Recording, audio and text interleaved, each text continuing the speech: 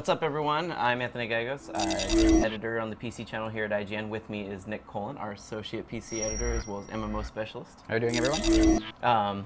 So, we're here to talk about the Diablo III skill calculator, which everyone can go access on Blizzard's website. And me and Nick have been plotting out the classes we plan on building. I'm going to be playing a witch doctor, and Nick is planning on playing a monk. So we're going to kind of go through here and plot out how we're going to build out our characters at level 10, 20, and 30, because that's when you get passive skills that are pretty important. So right off the bat, at level 1, you have very few access. You only have access to 2 spells as a witch doctor, 3, I think. 2. So I'm going to take Poison Dart, of course, and Zombie Dogs. So the way I want to build out my witch doctor is I want him to be unkillable, and I want other people to fight for me. So not only can you select a skill, but in Diablo 3 you can modify them all with a runestone. This is the socketing that you do. There will also be socketing for items as well. But so I'm going to, you can socket your dart to make it, have a chance to turn the dart into a snake. You can make it do fire damage. But what I want to do is I want to do it so that every time I hit someone, I gain 290 mana. So that way I can keep myself constantly fed with mana so that I can summon my badass zombie dogs. My zombie dogs, I'm going to give a rune that allows them to leech life. So that way, again, I'm going for a build that makes me unkillable. This is assuming for what I'm going to be at level 10 right now, is how I'm building myself out. Now, are you building yourself out with solo play in mind or group play right now? I'm building myself out with solo play in mind. Okay.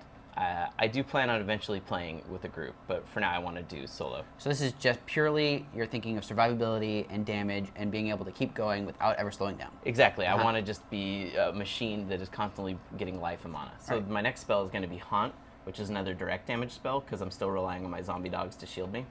And then for that one, I'm going to get Consuming Spirit. It gives me, the spirit returns 45% of damage done as life to me. So now, in theory, I should be leeching a ton of life and mana. And my first passive skill, I'm going to get 10% of my maximum mana whenever I'm healed by a health globe. Because mobs in Diablo 3 will actually occasionally drop little bits of health. Yeah, it's like a health power-up. You still have potions, but potions are on a really long cooldown, and so to keep yourself going and sort of prevent the standing around waiting for your health to regenerate, enemies now drop health globes. Exactly. So again, I'm going, my whole build is all about just constantly cranking up mana health, mana health. All right, so that's how I want to be built out when I'm level 10. Cool. When I hit 20, the second passive ability I want to take is Zombie Handler, where now I can have 4 zombie dogs. I really want to keep the zombie dog theme going on because they're so great. So you want to be like a zombie pack handler. Exactly. And so at this point, when it comes to level 12 spells, I'm going to go back and take a level 2 spell, Plague of Toads. Okay. And this one I'm going to put a Toad of Hugeness rune on, which allows me to have one giant toad that can swallow enemies. So rather than have a whole plague of them, it's just one giant toad. One giant toad. I really think that sounds really great. And then not much of a plague. It's just like a toad. Yes. The direct damage spell I want to take, because like I said, I'm going back and forth between summon and direct damage. I want to do Soul Harvest, which is where I get to take attack damage. Basically, I gain attack for each enemy I'm affecting. Okay. And on top of that, I take a rune where I get to swallow soul and gain a ton of mana.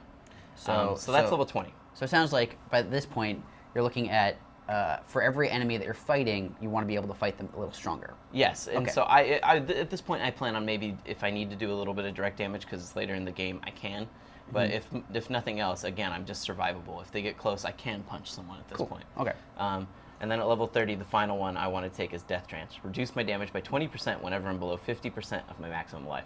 So if I ever do get low, again, I become even more unkillable. Yeah.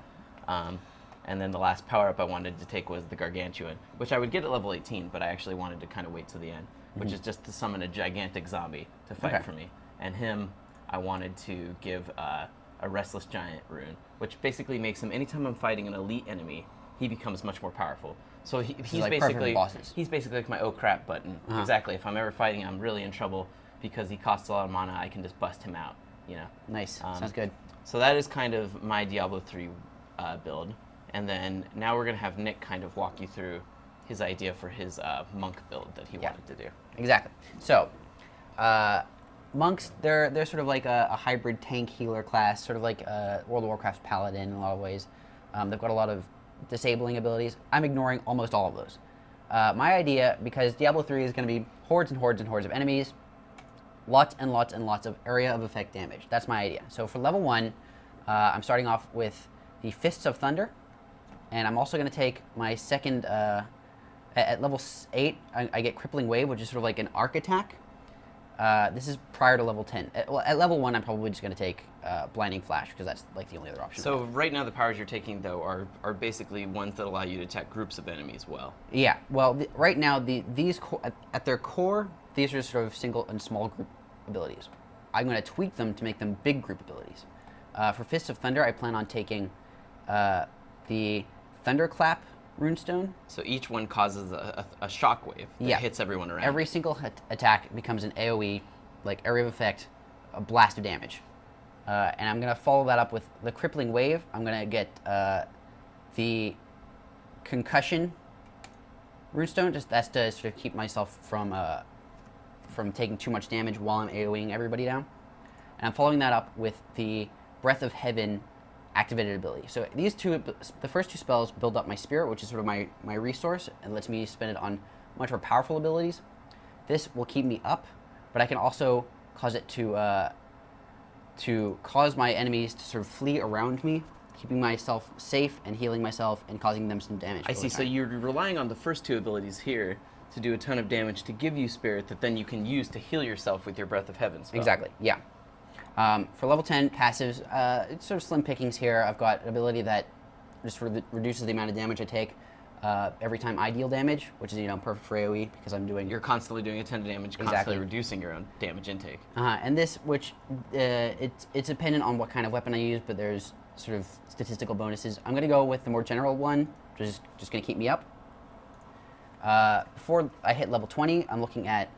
There are a few options here, but survivability is sort of a main goal in mind. When you're doing AoE, you're going to be taking a lot of damage from a lot of enemies all the time. Especially, I mean, your guy's up in their face character, exactly. So he has to get close. Constant melee.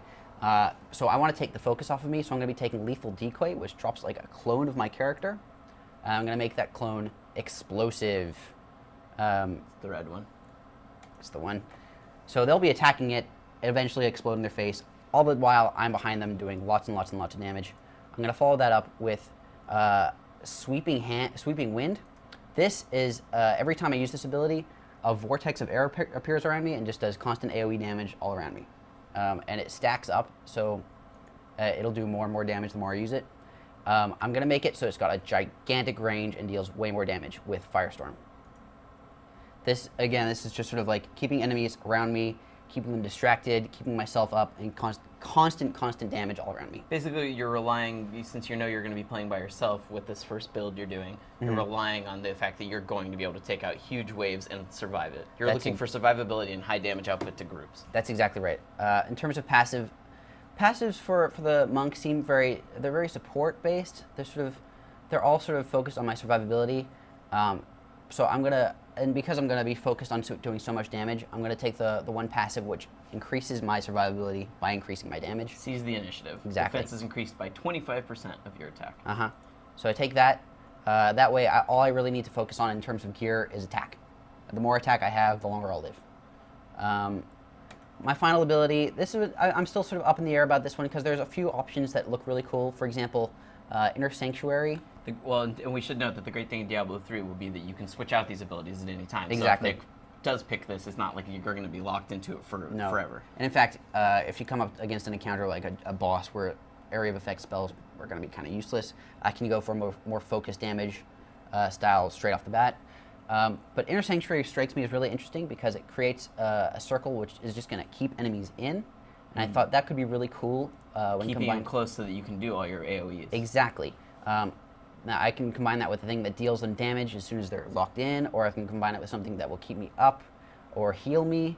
I'm still up in the air about this. It seems kind of like doing it with regeneration would be really a great way to do it. You lock them in, you have a ton of regeneration, and you're just beating on them. And that would be definitely a great idea for a group situation because all of my allies could get inside there and we just pummel them. So yeah, there's a lot of different options here. I'm probably going to either take the protective one because I've got a heal already, or the regeneration one just to sort of keep me steadily up. So when you first look at the amount of powers you have, it might be a little disappointing until you realize that these runestones effectively add a ridiculously large amount of powers. Yeah, I mean, if you look at Fist of Thunder, for example, it's just sort of like a standard damaging attack, and it has the ability to interrupt occasionally.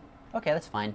When you add a runestone that deals damage everywhere, or regenerate your spirit so that you're constantly using special abilities. I mean, these abilities, after you've attached a runestone, can do a lot, and that is really where your character customization comes from. Yeah, I mean, your monk and my monk could have the exact same base powers, active skills, but then could play totally differently based on the completely different runestones that we put in. focuses.